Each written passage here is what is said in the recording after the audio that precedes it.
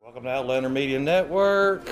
I am Kirby Lee Bailey, and we are at the Full Moon and Tattoo and Horror Festival, and I'm with the legendary Greg Nicotero. Hello, hello. Good morning. Look, you got your Easter Bunny shirt on. You're all ready. Yeah, I kind of switched from the tuxedo from yesterday. I know. I was wondering why you didn't have the tux. I figured it was because you were interviewing me. It isn't. Oh no! It had nothing to do with that. I try not to wear the same outfit twice on a weekend. Got it. If I don't wear the same outfit twice in a weekend, I've failed. I don't pack very well. How was the movie last night? It was good. It was good. You know, it's so funny. I had a moment. I had a little panic attack moment at the end of the movie because we were about to do a little Q&A, and I thought, that was 30 years ago. Like, I'm not going to remember. I mean, the day-to-day details are always challenging to remember because people see the movie and it's fresh for them. It's always fresh. But remembering the sort of day-to-day anecdotes of like what it was like filming, there are specific moments I remember, but like there was a couple scenes that I was watching and I'm like, I don't remember that scene. Maybe it was in the makeup room that day. Probably. Well, like two of the movies you've done, that's one of them that I always liked it because it had a big swerve. Because I went into it with, when I first time I ever saw it back in the day, was I went into it with no previews, no nothing. I went to the theater and was like, oh, this is a old typical bang bang shoot 'em up movie. Right. Then it did the vampire swing, and I was like, wait a minute. Yeah, I know, and you know, I think it was way ahead of its time for that reason because a lot of people now, the stuff that people love, you know, like Barbarian and Weapons and things like that. I think Dusk Till Dawn had that same feel. It's like it takes you on a journey, and then all of a sudden, when you think you know what you're watching, and it's because of Quentin's and Robert's, you know, pedigree at the time. Well, like the other one you did makeup and on.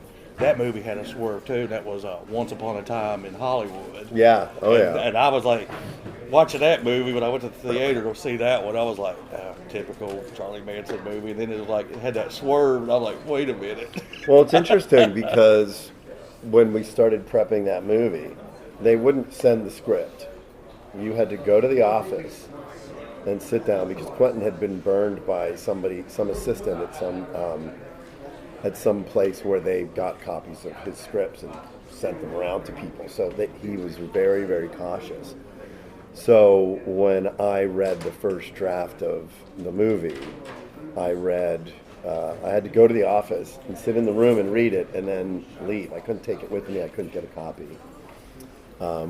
There's been times even, you know, when we did Unbreakable, it was really interesting because they sent us the entire script except for the last 5 pages. And then later, Sam Mercer, the producer, called me and said, this is how long ago it was, go stand by your fax machine. And I went and stood by my fax machine, and they faxed me the last 5 pages because they didn't want people to get a hold of the ending of the movie. That's one of the things with social media being like it is now. I mean, your movie could get leaked before you're even done with it. And you know, with Quentin's movies, there's always a unique expectation. Like when we started Inglourious Bastards, even before I read the script, I'm thinking, Quentin Tarantino World War II movie. Okay, it's going to be tons of bodies and fucking battles and explosions. And so I was on my way down to San Diego Comic-Con, and they sent me the script, and I'm reading it, and I was like, this is not anything like I initially thought it would be.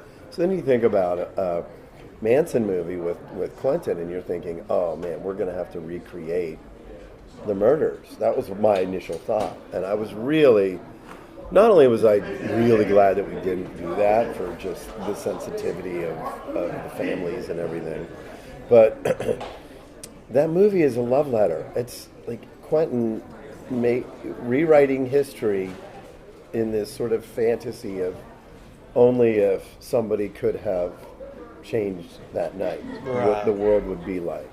And there's so much joy in that movie and in what Quentin did that it's a masterpiece.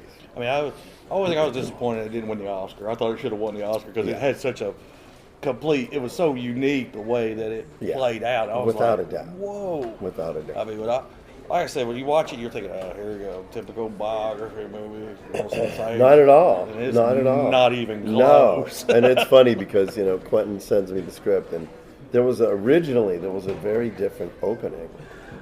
I mean, the original script, the opening was, there's that scene where they talk about Cliff's wife getting killed on the boat with a spear gun. And when I read the first draft, the movie opens with that. It opened, and so we were like, I have to build a dummy that we can puppeteer of the actress getting shot in the stomach with the exploding dart. And we actually built a mechanism for it. Because I'm thinking, okay, I know after doing every, Kill Bill, where everything was in camera, practical, Grindhouse and Death Proof, and all the girls getting killed in the car, it was all practical. So I knew he had high expectations for what we were doing.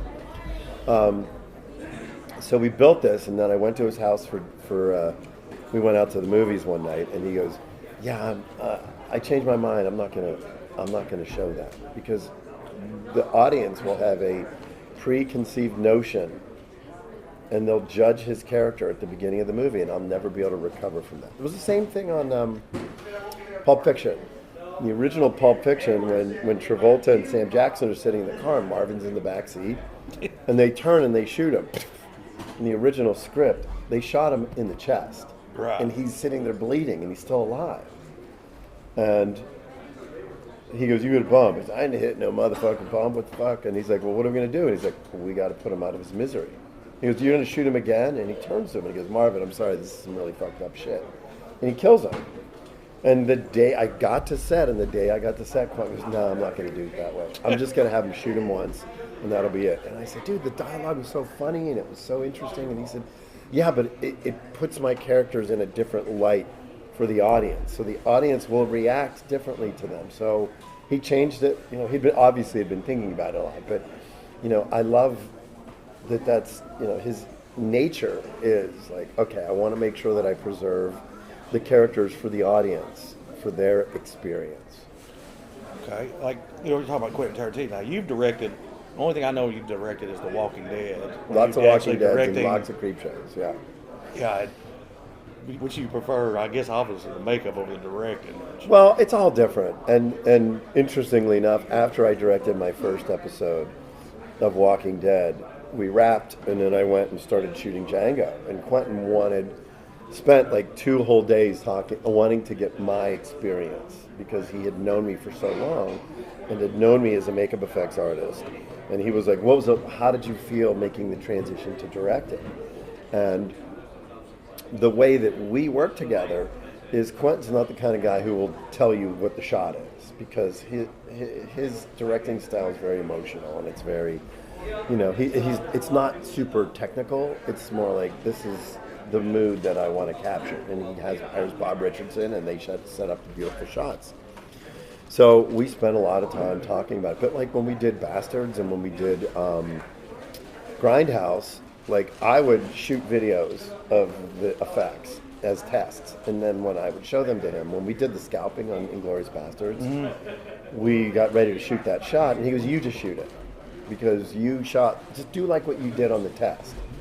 So I just directed that shot in the movie of this. It was my hand scalping the guy, because Quentin's like, "Oh yeah, whatever." So I realized that whatever I put forth to him is what. So he sort of shares my vision as to what it looks like, which is a huge compliment. Has he got a new movie coming up soon? Or? He's doing a play. He has a movie coming out that he acted in, and I believe he's doing a play in London. Last time I talked to him, he was getting ready. He was getting ready to do a play. Well, you're working on a George Romero movie that was from George Romero, aren't you? This idea came about when I went to his memorial in Toronto, and everybody got up there and started telling these really funny stories about George when he was younger. He would show up and he would have a sombrero and a mustache, and he, like Viva Zapata or something. He was just this kind of awkward, really kind of dorky, funny guy. And I thought to myself, nobody knows who he is. No. Everybody knows who he is as the zombie guy. but they don't know what kind of person he was. They don't know. He used to do impressions of Marlon Brando from The Godfather all the time. And he was just he was a really funny guy. And I thought, there's a movie in there, just like when Tim Burton made Ed Wood. And I want to do that version of George. And we have a couple scripts. We're hoping to sort of pivot and work with a really talented writer friend of mine named Daniel Krauss, who just wrote a book called Partially Devoured, which is he sort of wrote a book about George making Night of the Living Dead. But I just think it's a really great opportunity. If you think about these 10 people that got raised, I don't know, $1,000 each with the intention of making Night of the Living Dead. Yeah. So it's the ultimate Magnificent Seven story, with the weirdest ending in the world, where oh shit, we forgot to copyright the movie. Now we don't own it. You know, it's so I really think that there's a really great story in it. So which makeup do you like to do, zombies or vampires, if you had to take your picks? Zombies are more fun because you can play with the amount of decomposition, you know, and that was always, you know, because I was pre-med before I got into makeup effects. I studied pre-med and biology, and I minored in art. So I was thinking back then, maybe I'll be a doctor, take over my dad's practice because he's a physician. So a lot of the work that we got was partially because the filmmakers knew I had a background in anatomy and that I had studied. You know, the first big job we ever got at K&B was a movie called Gross Anatomy, and it was a Disney movie about people going through med school and autopsying cadavers. So I had a meeting. Deborah Hill produced it, ironically, and I had a meeting with her, and she said, "Oh, George Romero loves you and said you were really great and that you had went to college and went to pre-med." And I said, "Yeah, I did." So we got the job. We made these beautiful cadavers. And then, cut to 6 months later, we have an interview with Kevin Costner, and he's getting ready to do Dances with Wolves, and he sees those bodies in our portfolio, and he's like, "Those are fucking beautiful." So we made that jump. Within 1 year of K&B's inception in 1988, we jumped to Dances with Wolves. It was pretty crazy. So, like, if I was to get hurt in here, you could do... You could do the work on me? Unless your head was chopped off. I mean, we work. I wouldn't be sure how your head would get cut off, but there's a lot of machetes in this room, so you never know. There's a lot of Jason wannabes. Yeah. I would do my best. How's that? Oh, well, thank you. I would hope so. I mean, there could be a cool little Final Destination episode in here, easy. You know, there very well could falls and hits you or something. Yes. Well, of all the movies you've ever done, what was your favorite movie that you've ever worked on? Well, they're all. You know, the thing about it is, and the thing I'm so grateful for my career is every experience is different. You know, if you do a movie like Sin City, right. I get to do character makeups, and I have Mickey Rourke and Benicio del Toro and Clive Owen and Nick Stahl and all these great actors, and we transform them with makeup into different characters. You know, and then you have stuff like From Dusk Till Dawn, which it's all gory and blood gags, and that's kind of a lot of fun. It would be really hard-pressed for me to pick. I think at one point I tried to sit down and pick my top 10, but there's too many. I mean, I have at least 1,000 projects that I've worked on, you know, and then you start remembering, like, oh, Spawn, yeah, shit. And then somebody will come up and go, "Hey, you worked on Night Flyer." And I was like, "Oh, yeah, I forgot about that." And Black Sheep. Yeah, Black Sheep, that's right, with Spade and what's his name? Yeah. Chris Farley. That's right. We made little mechanical bats. It was one scene. I was trying to figure out what you did. There's a scene they get into the cabin and there's a bat flying around. And I was in the rafters of the set puppeteering a bat. I was trying to figure out what you did in that movie because I was like, what could he have possibly done? It was special effects in that movie. Well, you know, that's the other thing is there's a lot of times when you people don't even realize. Like, oh, City Slickers. What did you do in City Slickers? Oh, we did the birth of the little calf, you know. So there's been a lot of times that we've done, where we've done effects and stuff in movies that are kind of invisible. Or even if you think about, like, the stuff we did with Scorsese. We did Casino, there's a lot of. I mean, that movie. That was one of the roughest movies I think I ever saw. It's pretty rough, and I remember calling my dad and said, "Hey, if you put a guy's head in a vice, like, would the eyeball ever pop out?" Because that was the original idea. Is Marty wanted put the head in the vice and you start cranking it in the eyeball, and he said, "Well, look, it would never pop out because all the muscles around it would hold it in. But if you crushed the skull, the eyeball would dislocate." And that's what we did in the movie. Oh, that's pretty neat right Yeah. there. Yeah. You still live in California? Where do you live? What I state? live in California. I have a place in Atlanta that I bought when we were shooting The Walking Dead. And I do love Georgia a lot. And we shot a couple seasons of Creepshow down there, so I was very committed to working in the film community down there. You did Creepshow too. I worked on Creepshow 2, and then when we did the TV series, I was the showrunner on 4 seasons. Yeah, I like the ending on Creepshow too with the hitchhiker at the end. Yeah, which is Tom Wright, who was on Seinfeld. Oh. And he kept on saying, "Thanks for the ride, lady." Yep. And I just thought that was so awesome. I mean, my favorite of all the movies I've seen, like horror, whatever, I kind of like Predators a lot. It's a very, very underrated movie. I agree. It's my favorite of all the Predator I think movies. so too. Like the Alien versus Predator movies are unwatchable. They're so fucking bad.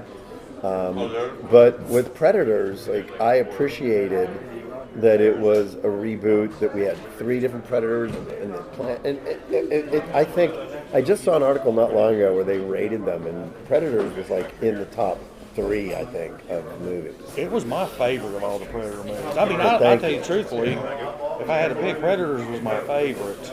And then I like the second Predator way back with Glover. With Danny Glover, yeah. And then I like the Predators update that had all those criminals that the son had got the mask by accident. Yeah. And like I said, Predators was always my favorite of all of them, because it's just, and the fact that Topher Grace is in it. Topher's great. Walt Goggins is in it, who's now on Fallout. Adrian Brody, and then Mahershala, who won an Oscar. I mean, it was a fucking great cast. Danny Trejo was in there. It was a great cast. Yeah. It was fun, and it was we had a great time on that show. I said, it was so much different from the rest of them, and it was fun to watch. And it, like I said, had a great storyline in it. And I was like, where is I do think that people that revisit Predators will realize how good it is. Like, I didn't love I didn't love Prey. I just felt like it just didn't make sense story-wise to me. Because if you're thinking, oh, this young indigenous woman, the way that the guys treated her was way too modern. And you're supposed to think that back then they didn't respect the women in the tribe because it just didn't make sense. I just thought it was. And the last Predators of Disney got their hands on it, and I was like, oh crap. And it was like, this is a little different than what I'm used to with Predator when I saw that one. Yeah, those aren't my stuff. Generally, we don't see the movie unless we don't watch them at home. We always go to the theater. Good. Always. Yeah, you have to. And people forget that. Look, I'm so grateful that I was born when I was born, because I got to see Jaws in the theater, Dawn of the Dead in the theater, and those years, like from 80 to 82, were 2 of the greatest summers of genre material in history. It was Creepshow, Road Warrior, Blade Runner, The Thing, American Werewolf in London, Poltergeist, E.T., Escape from New York. I mean, all those movies, every weekend you're going to the theater and seeing another movie. Well, the thing with Jaws especially, I mean, I was 6 years old when I went and saw that in the theater. Really? Oh, I think I was 11. And the thing with Jaws was, there was never, if it weren't for Jaws, we wouldn't have summer movies. Yeah. If it wasn't for Jaws. And we saw the 50th anniversary this past year on the IMAX screen, and we were watching it at the IMAX, and it still scared me when that head rolled down there at the bottom of that boat. I still jumped. I was like, God, what is wrong with me? I'll tell you, one of my greatest joys in my career is I have now come full circle, because we restored an original casting of the shark that's in the Motion Picture Academy Museum in Los Angeles. So we restored it. And then there's a big Jaws exhibit that's at the Academy until July, I think. and we built a quarter-scale mechanical shark to match the real one. We scanned the original shark and we scaled it down. So the morning that the exhibit opened, I toured it with Steven Spielberg. And I was also a producer on the Jaws at 50 documentary. So first thing he says to me is, I want to thank you for keeping the spirit of Jaws alive. So, and I have video on my phone of him operating the little mini shark. And he said, it's not going to break, is it? And I'm like, no, it's not going to break. The thing's probably broke 15 times because people go to the museum and try to break it. They're like, oh, this is the shark that couldn't be broken. And so we have to literally do maintenance on it like every other frickin' day. But I feel like I manifested my love for movies and the impact that Jaws had on me. And now I've been able to be part of the legacy because of my interaction with the movie and with Steven and the restoration stuff. So it's like I'm sort of like weirdly associated. I mean, Jaws is always going to be my favorite movie of all time. Well, Jaws and Dawn of the Dead it's like the ultimate fight. Mine's not even a fight. It's always been Jaws. I guess because that was my very first movie that I saw as a horror movie. And like I said, I had a hard time getting a swimming pool. Oh, everybody did. You're not alone. A swimming pool. But here's the thing, though. So I think that the intention now is that they're rebranding Jaws as not a horror movie. Because it's an adventure. I mean, if you really think about it, yeah, a couple of people get killed, but it's really an adventure movie, right? With some horrific elements in it. But I'm pretty sure that the plan is to rebrand Jaws not as a horror movie, but as an adventure movie. You know, funny thing. But I could see it. You know, it's not. The funny thing on Jaws is back then it was rated R. No, it was PG. Was it PG? It was PG-13. No, it couldn't have been PG-13 because I was at the first PG-13. No, maybe it was. It was PG-13. Dude, I have 500 Jaws posters and I'm trying to remember. It was R. It wasn't R, I know that. I think it said maybe too intense for younger children. Because I remember PG-13, the first PG-13, Red Dawn. Oh, I thought it was, there was no PG-13. Yeah, it was PG. Oh, it was PG? Yep. But it did say, I think it said no, maybe too intense for younger children. We're going to wrap this up because I've got to you got to get to work. Table, and we got to get back to my table and go to work. Greg, appreciate you taking time. Yeah, man, it's my pleasure. We enjoyed it, and we're Outlander Media, and we're out of here. K&B Effects, Greg Nicotero, check it out. Go to the website, K&B EFX Group. No, KNBEFX.com.